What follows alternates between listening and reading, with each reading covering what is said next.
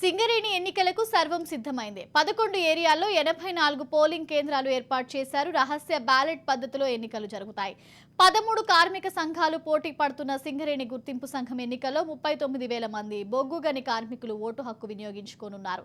ఉదయం 7 గంటల నుంచి సాయంత్రం 5 గంటల వరకు పోలింగ్ జరగనుంది. 650 మంది ఎన్నికల్లో విధుల్లో పాల్గొంటుంటే 460 మంది పోలీసుల బందోబస్తు నిర్వహించారు. పోలింగ్ ముగిసిన వెంటనే ఓట్ల లెక్కింపు ఉంటుంది.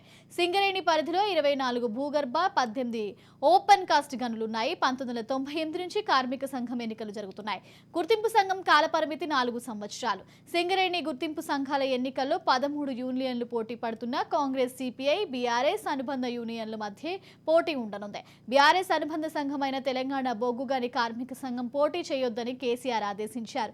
దీంతో ప్రచారం కూడా ఆశించిన స్థాయిలో చేయలేదు. గుర్తింపు సంఘానికి 3 ముఖ్య నేతలు రాజీనామా చేశారు. సింగరేణి వ్యాప్తంగా గుర్తింపు సంఘం ఎన్నికల నిర్వహణ కోసం అధికారులు అన్ని ఏర్పాట్లు చేశారు. ఎన్నికల నిర్వహణ కోసం డిప్యూటీ సెంట్రల్ లేబర్ కమిషనర్ 13 మంది అసిస్టెంట్ రిటర్నింగ్ అధికారులను నియమించారు. సింగరేణి వ్యాప్తంగా 84 పోలింగ్ కేంద్రాలలో 37,773 మంది కార్మికులు ఓటు హక్కు వినియోగించుకున్నారు. సింగరేణి కార్మిక గుర్తింపు సంఘం ఎన్నికల ఏర్పాట్లకు సంబంధించి మరింత సమాచారం మా ప్రతినిధి అరుణ్ కుమార్ అందిస్తారు.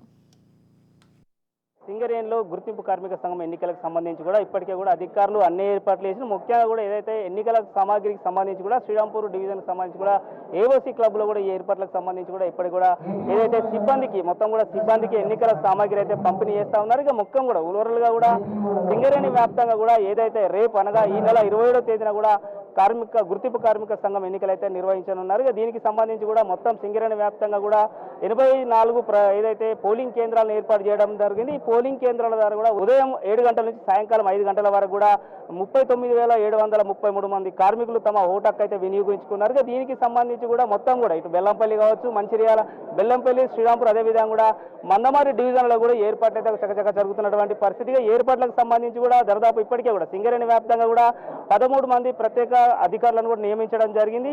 ఎక్కడ కూడా ఎటువంటి అవాంఛనీయ ఘటన జరగకుండా కూడా ఇప్పటికీ కూడా పూర్తి ఏర్పాట్లు చేసింది. దీనికి సంబంధించి కూడా మన దగ్గర ఏదైతే బెల్లంపల్లి రీజియన్కి సంబంధించి కూడా అబ్జర్వర్ రాములు గారు ఉన్నారు. ఆయన అడిగి తెలుసుకుందాం. చెప్పండి సార్, ఎట్లా జరుగుతా ఉన్న ఏర్పాట్లు ఎలా ఉన్నాయి? ఈ బెల్లంపల్లి రీజియన్ సంబంధించి 3 ప్రదేశాల్లో ఓటింగ్ సంబంధించిన ప్రక్రియ కొనసాగుతుంది. శ్రీరాంపూరు, మందమర్రి, బెల్లంపల్లి. ఈ శ్రీరాంపూర్లో 15 పోలింగ్ స్టేషన్లు ఏర్పాటు చేసినాము. తర్వాత మందమర్రిలో 11 పోలింగ్ స్టేషన్స్ ఉన్నవి. తర్వాత బెల్లంపల్లిలో 5 పోలింగ్ స్టేషన్లో ఈ యొక్క ఎన్నిక ప్రక్రియ కొనసాగుతుంది. శ్రీరాంపూర్లో హైయెస్ట్ ఓటర్లు ఉన్నారు 9,149 మంది. అక్కడ 5,000కు పై చిలుకుబడి ఉన్నారు. తర్వాత ఇంకో చోట 900 మంది ఓటర్లు ఉన్నారు. సో ఇక్కడ ఏర్పాట్లన్నీ పూర్తి స్థాయిలో అరేంజ్ చేయబడి ఉన్నాయి.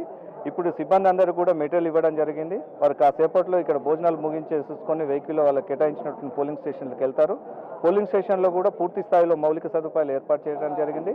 ప్రతి పోలింగ్ స్టేషన్కి ఒక పీఓ ఉంటారు, ఒక ఏపీఓ ఉంటారు, 2 అదర్ పోలింగ్ పర్సనల్స్ కూడా ఉన్నారు.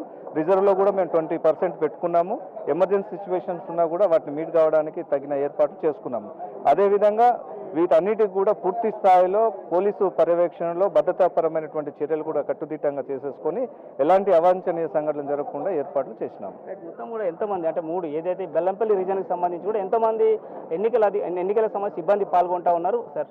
అదే మొత్తము 15 ప్లస్ 11 ప్లస్ 5 అంటే 15, 11, 26 ప్లస్ 5 27 పోలింగ్ స్టేషన్లు అంటే 27 ఇంటూ 4 చొప్పున మొత్తం పూర్తి స్థాయిలో పోలింగ్ సిబ్బందిని ఏర్పాటు చేయడం జరిగింది.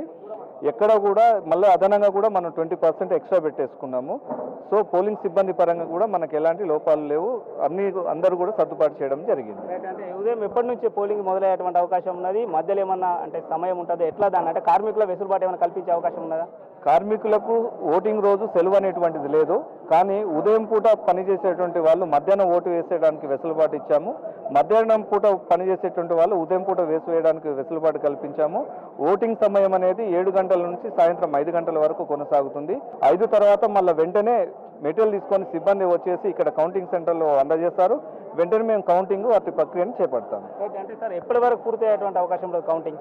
కౌంటింగ్ ఎట్టి పరిస్థితుల్లో కూడా అర్ధరాత్రి 12 లోపు ముగుస్తుంది అనుకుంటున్నాం. ఒకవేళ లేట్ అయినా 1 గంట లోపట్ల కంప్లీట్ చేస్తాము. Right, thank you sir. ఏదైతే అబ్జర్వర్ ప్రత్యేక అధికారి అబ్జర్వర్ అయితే దీనికి సంబంధించినటువంటి వివరాలు తెలుపుతున్నారు. ముఖ్యంగా కూడా ఏదైతే బెల్లంపల్లి రీజన్కి సంబంధించి కూడా మొత్తం కూడా ఇప్పటికే కూడా అన్ని గన్లపై కూడా ఎక్కడైతే పోలింగ్ కేంద్రాలను ఏర్పాటు చేసినాం అక్కడ మొత్తం కూడా పూర్తి ఏర్పాట్లు చేసినాం. ఇప్పటికే కూడా సిబ్బందికి మొత్తం కూడా ఎన్నికల సామాగ్రి అయితే పంపిణీ చేసినాం. మరో కొన్ని గంటలలో కూడా సిబ్బంది తమ పోలింగ్ బూత్లకు చేరుకొని కూడా అన్ని ఏర్పాట్లు చేస్తారని చెప్తున్నారు. కౌంటింగ్ సంబంధించినటువంటి ఏర్పాట్లు కూడా చేసినాం. దాదాపు రాత్రి 12 గంటల కూడా ఏదైతే అధికారికంగా ఏ గుర్తింపు సంఘం ఎన్నికైందనే విషయం కూడా ప్రకటించే అవకాశం ఉన్నట్టు కూడా అబ్జర్వర్ అయితే తెలుపుతున్నటువంటి పరిస్థితి. Camera person Srinivas, Arun Kumar, Raj news, Mancherial జిల్లా.